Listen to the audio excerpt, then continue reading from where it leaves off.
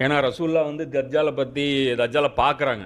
அவன் சுருட்ட முடி இருக்குது, அவனுக்கு வந்து ஒற்றை கண்ணாக அவன் பார்க்குறாங்க ரசூல்லா. ஒரு கண்ணு துருத்திட்டு இருக்கு, ஒரு கண் மட்டும்தான் இருக்குது அப்படின்னு ரசூல்லா பார்க்குறாங்க. ஆனால் அதே வந்து இப்னு செய்யாதுங்கிற ஒரு சின்ன பையனை வந்து ரசூல்லா போய் ஆய்வு பண்ணுறாங்க. இவன் தஜ்ஜாலாக இருக்கலாமா அப்படின்ட்டு.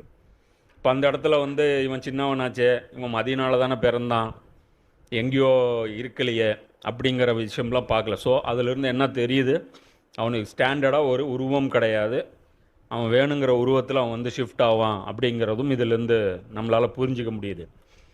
அப்போ அந்த அடிப்படையில் சுலைமான் நபிக்கு ஜின்கள் அவன் ஏமாற்றணுன்னா சுலைமான்னு தன்னை சொன்னா தவிர அவன் ஏமாற்ற முடியாது.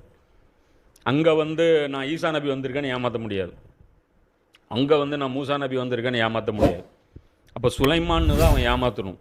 அப்போ குரான் இதை பற்றி எங்கேயாவது பேசுதா அப்படின்னா 34வது அதே இடத்துல தொடரில் அப்படியே பேசுது. அந்த ஜசது